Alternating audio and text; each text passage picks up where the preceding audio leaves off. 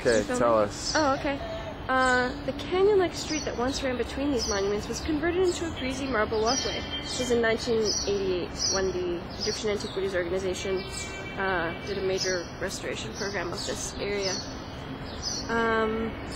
Greasy marble walkway, whose broad lateral railings provide a bench upon which to sit and observe the flowing crowd. There's no crowd today because it's Friday morning, but it's kind of better that way. Between the compound entrance and the elevated porch entrance of Sultan Hassan, which is what you're probably looking at right now, is an open garden area, which in medieval times was a large commercial annex that financed the upkeep of Sultan Hassan's complex. Today it features an open-air museum, which I guess is over. I don't know where that is. And then I can tell you a little bit about Hassan himself. Okay. If you like. Tell us about Hassan.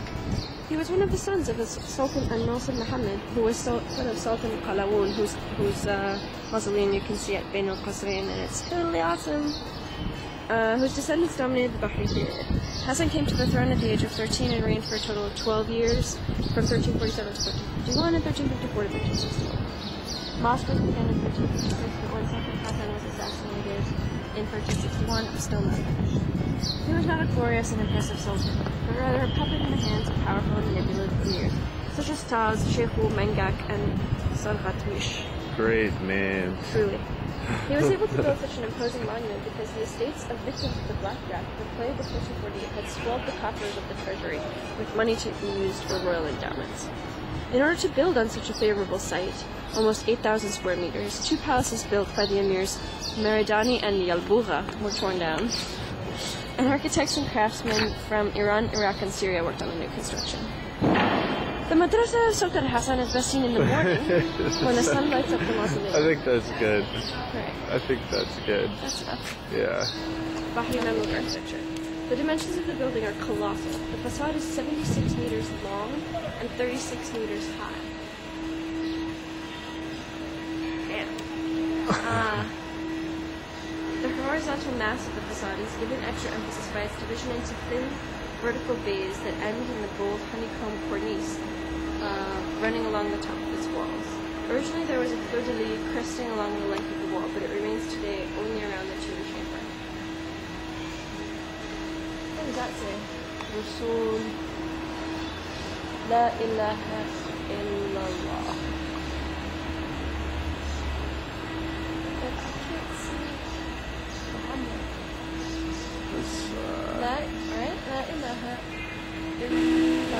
Tell me about the vestibule. In Sultan Hassan. In Sultan Hassan. From the richly decorated vestibule with its inlaid panel of interlacing marble and its stalactite-covered dome, a long, double-banking passageway empties into a magnificent marble-paved courtyard surrounded by 4 enormous vaulted buildings.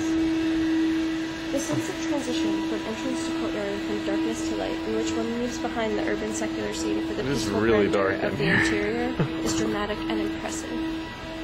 This is crazy.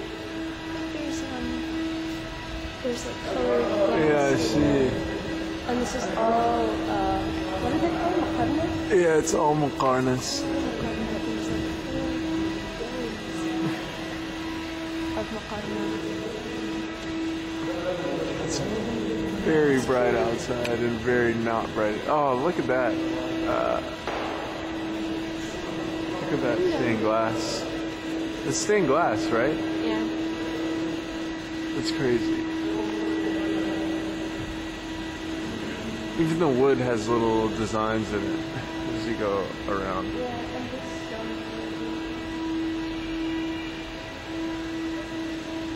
stone. The interior is brick covered with stucco, except for finishing details made of stonework. The clever manipulation of voids and solids gives the courtyard its soaring thrust towards the sky. There are also some fine details to be noted. The little gazebo in the middle of the courtyard was originally... We're going to see the gazebo in a second. We saw it. Oh, you did? Okay. It was originally designed as a decorative fountain and not for ablutions. Its present function. Much altered and repaired, its present shape dates from the Ottoman period. A second fountain pavilion is in the Mosque of al-Meridani. On great occasions, the fountain dispensed sherbet. Sherbet! No. Yeah. The hundreds of chains hanging down from the great arches once held enameled glass oil lamps. Beautiful examples of which can be seen in the Museum of Islamic Art. When lit at night, they must have made a splendid spectacle. The marble paving of the courtyard dates back to the Comité Restoration of 1912. That's a French restoration. The scattered panels with their patterns of red, black, and white marble provide an attractive and cool substitute for woven rugs. Because the paving is not covered by carpets, this courtyard is one of the few places the lovely inlay can be fully appreciated. Totally. Cool. There's a little bit more informational paragraph here. This was a functioning mosque with 4 madrasas or colleges. Each of the vaulted recesses was dedicated to one of the legal rites of Sunni Islam. So yes, there's oh, really? 1, 2, 3, 4. 4. But the fourth one is the mihrab. So I don't know. Yeah. That's, which one? You think we can figure out which is which? Let's see. No, I can't. I don't know about that. The sheikh or teacher sat on a stool or platform while his students sat cross-legged around him. The 4 doors that lead off from the courtyard belong to the internal areas of each madrasa. So here's one here. Oh, okay.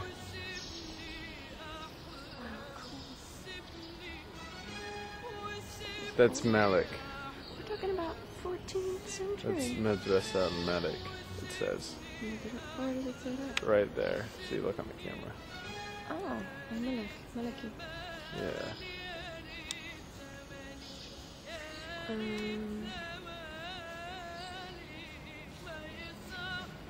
Here in the corners of the building, between the arms of the iwans, were lodgings for students and teachers.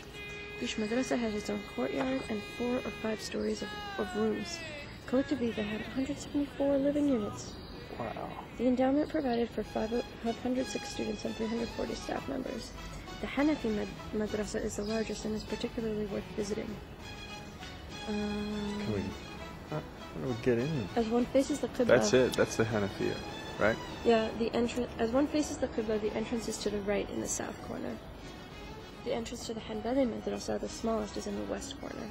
The Shafi'i Madrasa and the Maliki Madrasa are on the left side of the court, in the east and north corners, respectively. Okay. Well, that wasn't as hard as I thought. No. Since they wrote the names on the doors. No, yeah.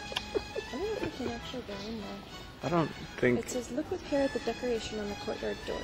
The ablaq, courses of black and white marble, the colored mosaic decoration, the joggled voussoirs on arches and lintels. Oh, I'm gonna get this window up here. No. That's cool. And the dripping stalactites on the cornice are standard elements of doorway decoration in this period. The skill of inlay is very high. Here the voussoirs interlock from both the sides and the bottom, forming a three-dimensional puzzle. Yeah, they totally do.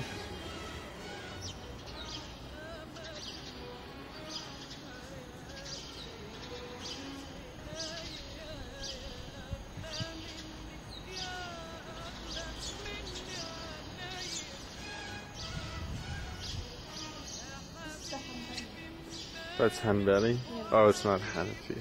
Hanafi I read it wrong. Ah, yeah, okay. Very cool. Totally.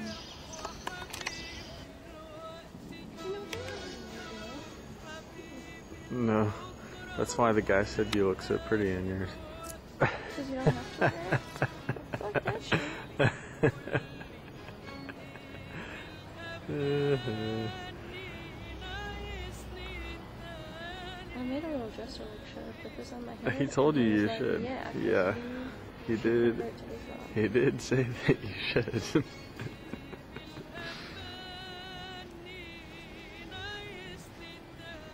Do you think it tells us what ayah this is around the wall? Do you think the book tells us which ayah this is? I'm sure it does.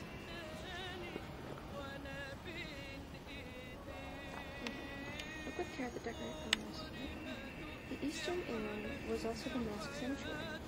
The use of marble coloring is one of the most characteristic features of Islamic decoration. Is this the eastern inlay? The Let's see, she said that the Hanafi Madrasa is on the right in the south corner. So that's south. That's north. That's east. Yeah. Yeah. The one. Qibla points east. Essential. Oh, right.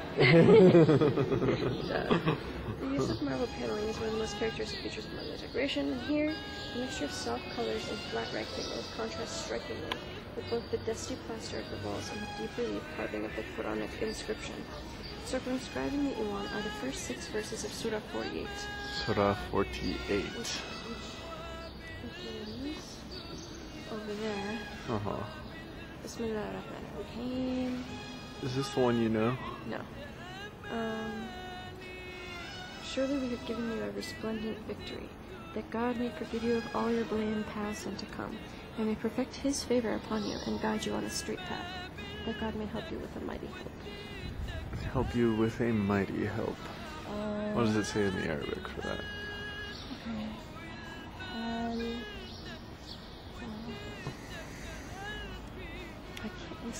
It's hard.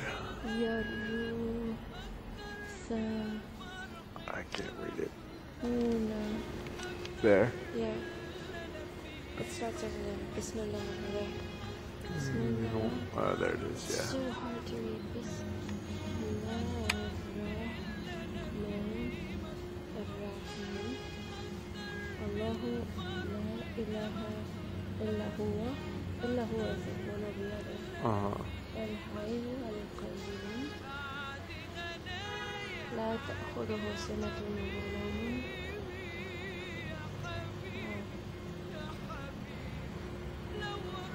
It's huge. Is it wood? Or I don't know, I'm gonna tell you about it.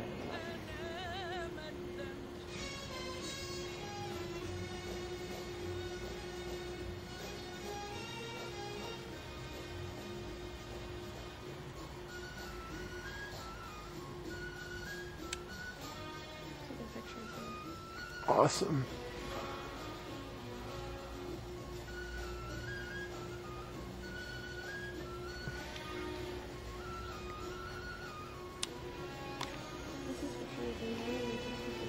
So I was still talking about what's outside. Oh.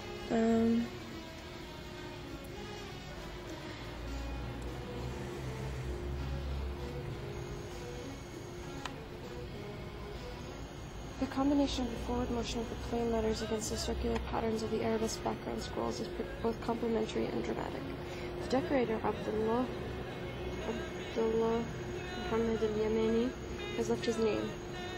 In the Hanafi Iwan, in the same Kufic style, the supervisor of the construction work, Muhammad ibn Bilik al-Muhsini, has inscribed his name. He was a veteran engineer and administrator. Okay, that's in the Hanafi Iwan. The stone minbar was originally decorated with an inlaid pattern like that in the mosque of Aqsa Nukur, but today it is plain. The minbar is the thing that he stands on. Mm-hmm. Okay. The platform or Masjid al-Rifai. Not the entrance. Not the entrance. But one which was once an entrance. Apparently this mosque is brand new, so this is like 1869. It was finished in the 20th century. So why do we pay 15 here? pounds to go in this thing? It should be free, right? The main or royal entrance at the western end of the building is now closed. Well, that's where we are. Okay. This is the main entrance? Royal, yes. Yeah, so we guessed right, but it's the closed one.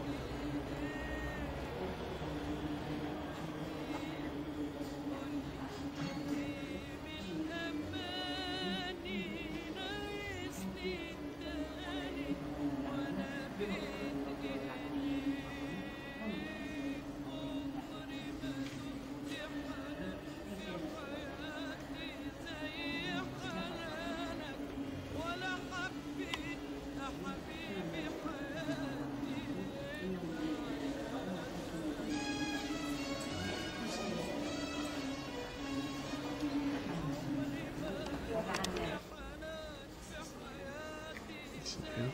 This whole thing. This is really This is from the 1950s. This is the king they hated. This is Farouk. Yeah. I mean,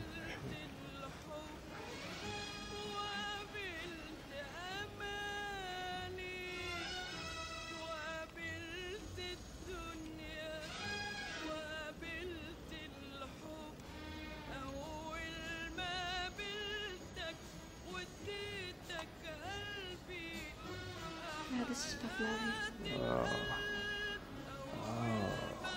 1980 then. Oh, they even spelled it with a pen. Wow.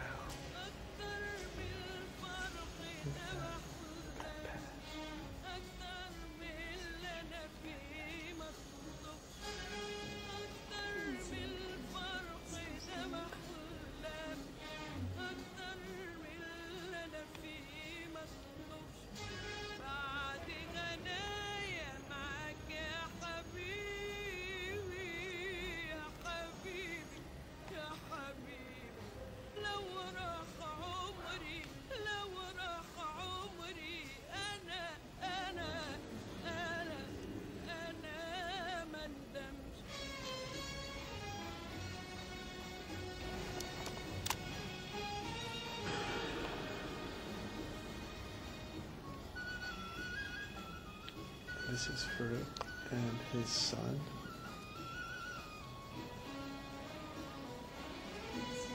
Is that who it is?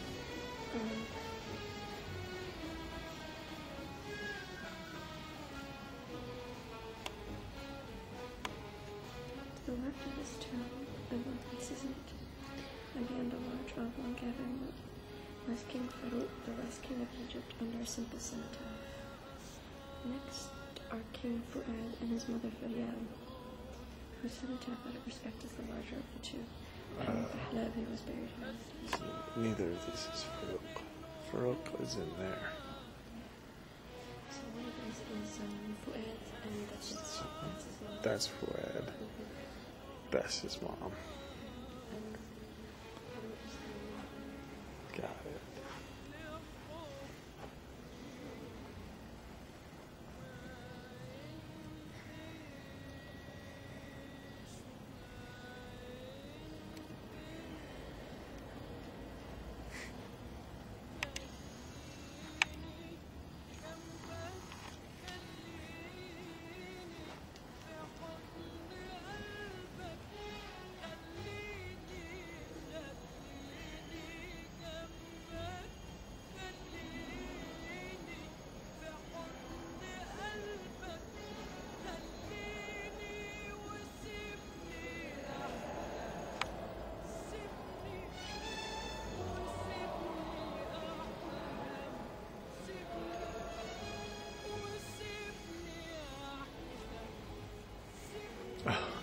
Look at he has nothing. Look at this. They really hate him. You can tell.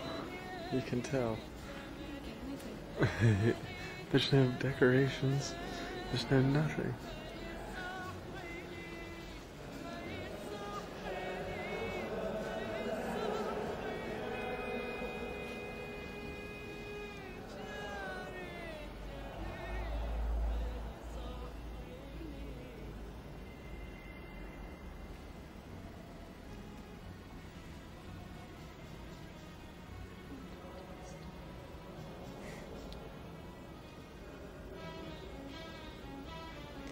It says تولى العرش تنازل عن العرش انتقل إلى رحمة الله.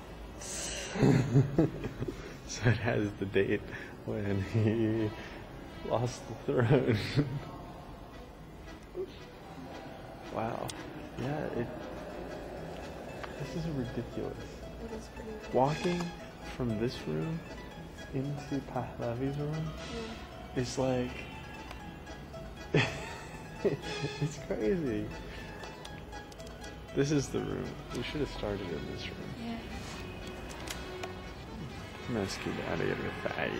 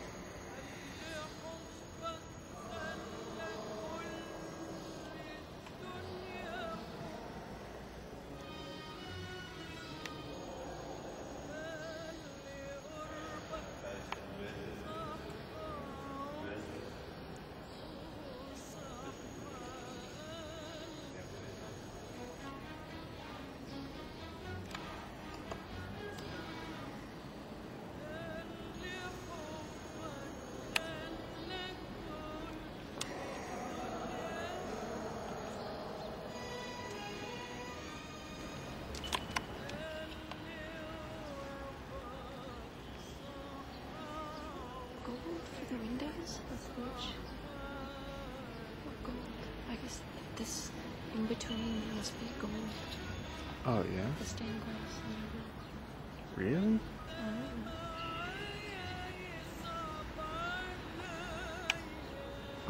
Wow. That's true. That's a lot of gold.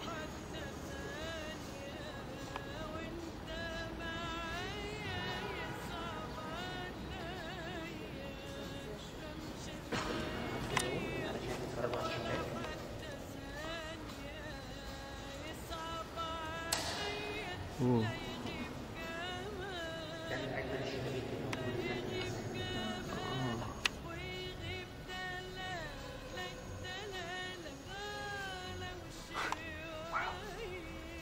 شكرا.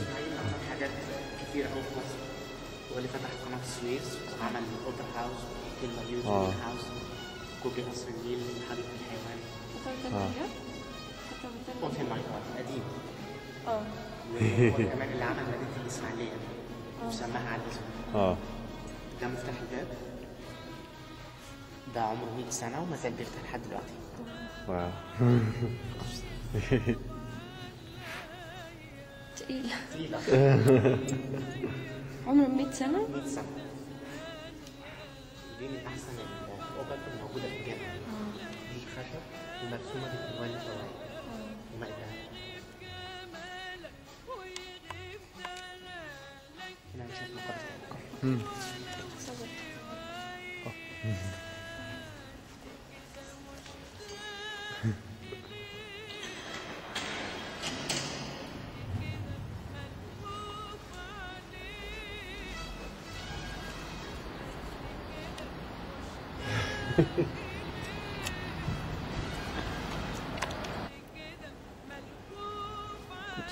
Of the French wife of Ismail.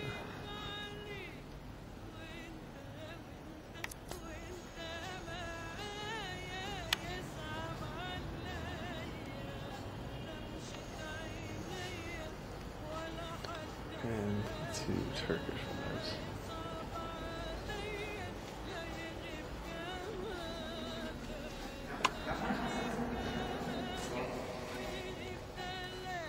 السلطان حسين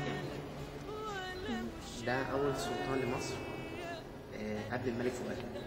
كان 3 سنين وقت الحرب العالمية. كان لقب السلطان ما كانش باشا أو خديوي لأن انفصل عن الدولة العثمانية. كان هو سلطان مصر والسودان. مصر. ده قبل يعني آخر سلطان قبل الملك فاروق؟ لا، آخر سلطان فؤاد. يعني اوكي.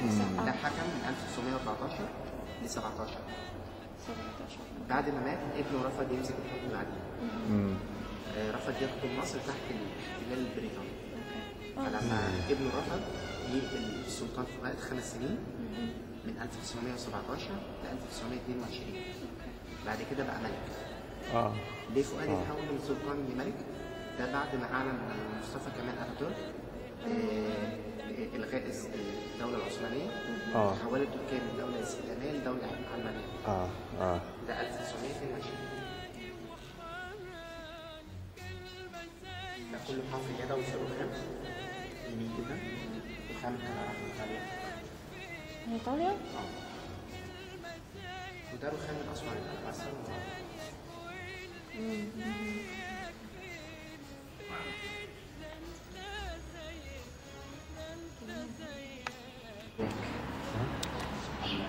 After the Rifai Mosque, the inside room seemed almost miniature, but it was clean and It does. all the best decorative details of the movement. Attractive marble panels on the floors, a handsome lantern couple ornamented with pillars and the cupola wall paneled in slabs of clear marble of soft colors. The minbar with its plain form seems out of place with the rest of the decor. Notice the way the windows in the qibla wall are angled to adjust the difference between the straight facade and the line of the qibla.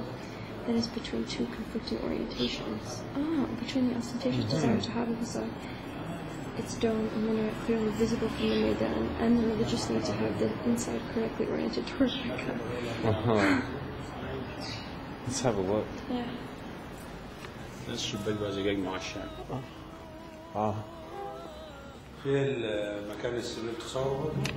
مكان ايه؟ السبيل بتاع المسجد. ممكن نزورها.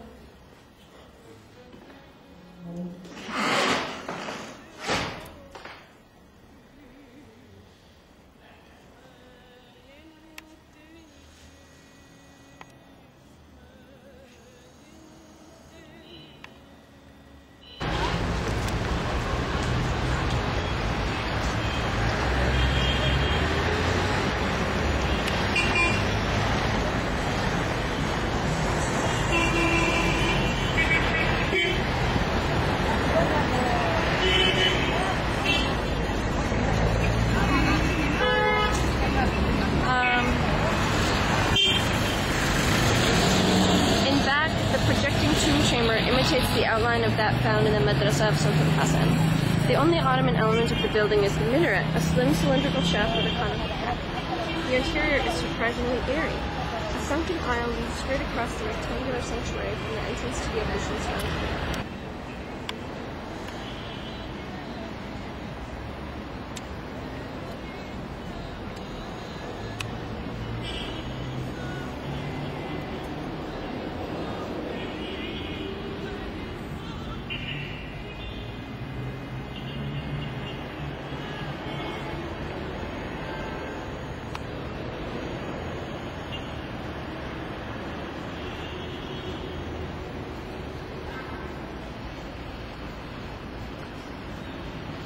Women are around the side? I guess so.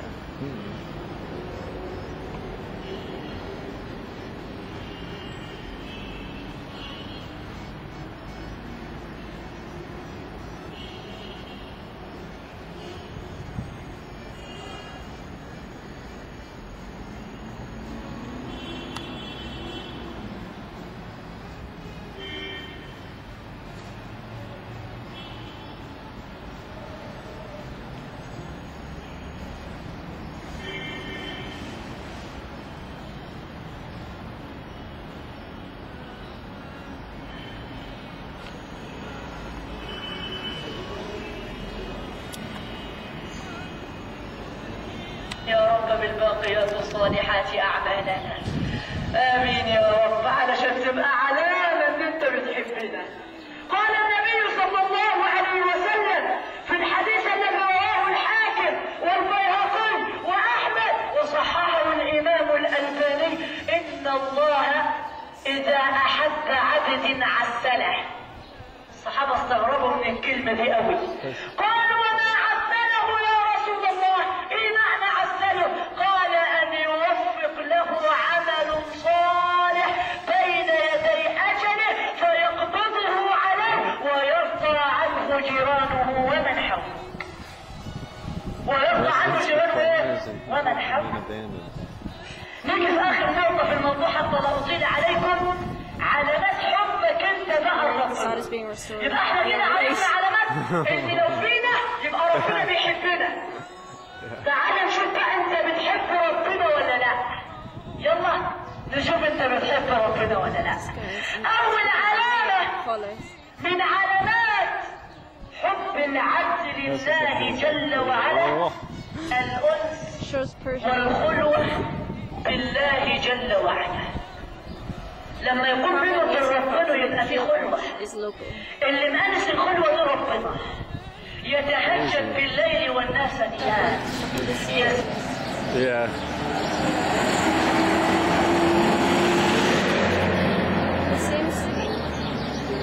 What is this of Yunus al-Dawadar? It's a mausoleum.